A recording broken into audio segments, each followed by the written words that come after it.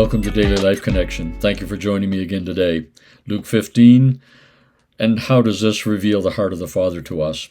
Well, we're in this section now. We're dealing with the elder brother, and the Father dealing with the elder brother, and it's probably a little rougher than the first section. The first section was all full of really great news, it seemed, but this section it really kind of cuts to us because for most of us, we are the elder brothers. For most of us, we are the ones who are on the farm, trying to be obedient and serving God. And so therefore we are prone to be like the elder brother. And so this is addressing us when Jesus is telling this part of the story. Today I want to look at the fact that God is not a bookkeeper. He's not a bookkeeper. You know, we look at the elder brother and we think, well, he served God, he served on the farm, he worked hard, and he obeyed, he was compliant, he behaved really well. His only problem was he had a bad attitude. If he would just clean up his attitude, he'd be the perfect son. The problem with that is, as long as we believe, like he did, that if I work really hard and obey really well, then Father will bless me with things. He'll give me things because I'll deserve them.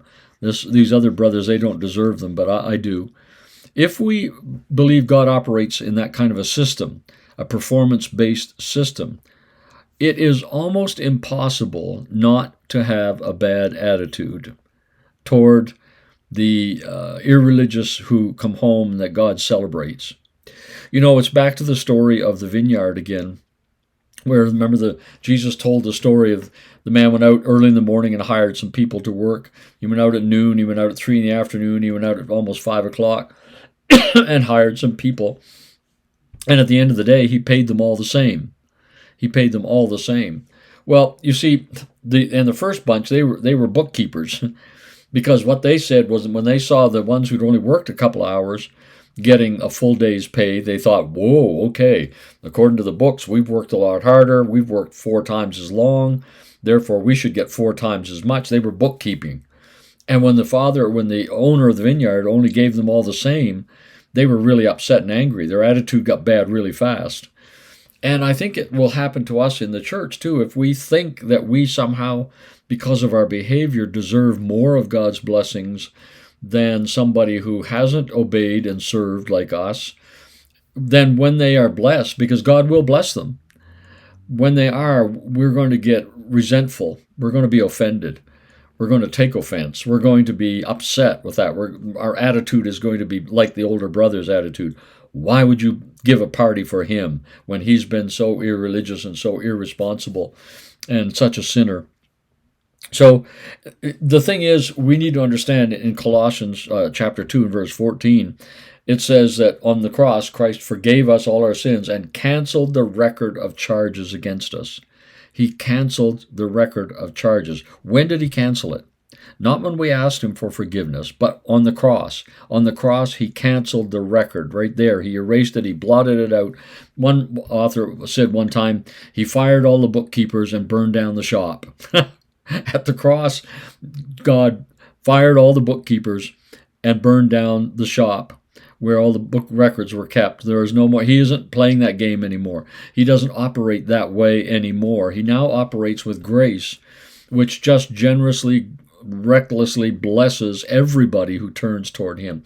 Everybody who shows up at the farm gets a hug, a robe, a ring, sandals, and a celebration feast. Everybody does, because he looks at us as sons and daughters with no previous record.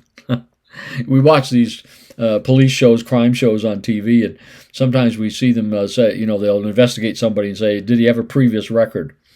And sometimes they'll say, nope, there's no previous record. That's the way it's going to be when we stand at the judgment, and the enemy is going to accuse us and say, well, here's what, and the angel will look up, or whatever, will look up the records and go, they have no previous record.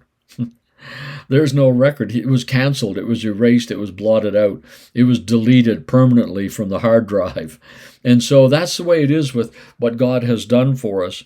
But if we believe he's a bookkeeper and want him to be fair about it, then we're going to really work hard to earn the points, and we're going to be very upset when we don't get what we think we deserve from God and somebody else does. This brother thought he deserved a party. You didn't even give me a young goat so I could celebrate with my friends, he said. He thought he deserved a party, and it was the younger brother that got it. No wonder he's resentful, you understand? But somehow if we understand grace and that celebration is for us all, the Father was standing there saying, come on into the party. Join this party. It's not your brother's party. It's my party. And he's decided to join in with me. And so, you're welcome to join in with me too. That's God's call to us. So, to sum it up today, there is no record of charges against you and I. There is no bookkeeping where all of our good deeds, he prayed 3 hours a day, he read the scriptures, he worked in the church, he did this, he didn't do that. Those records don't exist. Those records don't exist. The books have been burned, or the books have been destroyed, the bookkeepers fired, and the shop burned down. Now it's just based on grace. Something to think about today. Lord, please give us understanding and revelation about this. Help us to understand it down deep in the very heart of who we are. But let's think about this. We'll talk again tomorrow. God bless.